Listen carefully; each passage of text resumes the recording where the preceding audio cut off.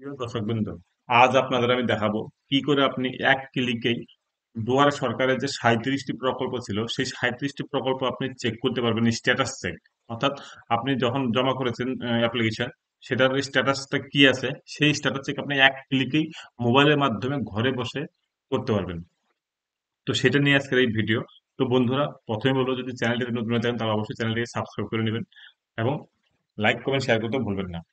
তো আমরা জানি জানুয়ারি থেকে 1 ফেব্রুয়ারি 2025 পর্যন্ত পশ্চিমবঙ্গের বিভিন্ন গ্রাম পঞ্চায়েতে এই দুয়ারে সরকার অনুষ্ঠিত হয়েছে। তো সেখানে আপনি একটি মোবাইল নাম্বার দিয়ে কিছু ডকুমেন্ট দিয়ে আপনি 37টি প্রকল্পের মধ্যে থেকে যে প্রকল্পটা আপনার দরকার ছিল সেটাতে অ্যাপ্লিকেশন করেছেন। এবার বিডিও অফিসে সারা দিন সারা রাত কাজ হচ্ছে যে অ্যাপ্লিকেশন গুলো দুয়ারে সরকার জমা পড়েছিল সেগুলো নিয়ে, কারণ সেগুলো প্রত্যেকটি ফর্ম এন্ট্রি হচ্ছে। তো কিছু কিছু ফর্ম রিজেক্ট হয়ে যাচ্ছে, কিছু কিছু ফর্ম অ্যাকসেপ্ট হচ্ছে।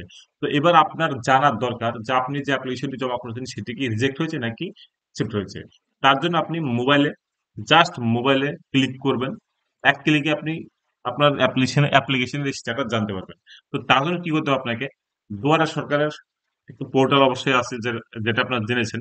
তো আপনারা কি করবেন, জাস্ট গুগলে আসবেন, গুগলে এসে লিখবেন দুয়ারে সরকারি স্ট্যাটাস চেক। জাস্ট দুয়ারে সরকারি স্ট্যাটাস চেক লিখবেন, অথবা ds.wb.gov.in, আমি এটা ডেসক্রিপশন বক্সে দিয়ে দেবো লিঙ্কটি।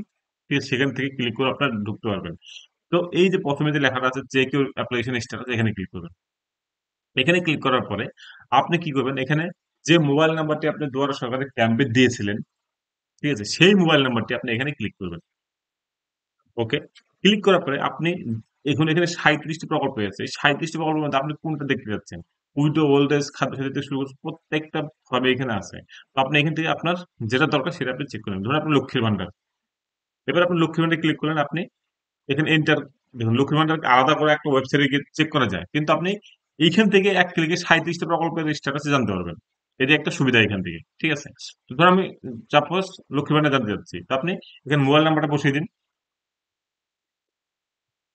মোবাইল নাম্বার বসানোর পরে একটা ওটিপি আসবে মোবাইলে। এই ওটিপিটা বসিয়ে দিবেন, তারপর সাবমিট করবেন। করার পরে আপনার কি স্ট্যাটাস আছে আপনার অ্যাপ্লিকেশনে সেটা দেখিয়ে দিবে এখানে।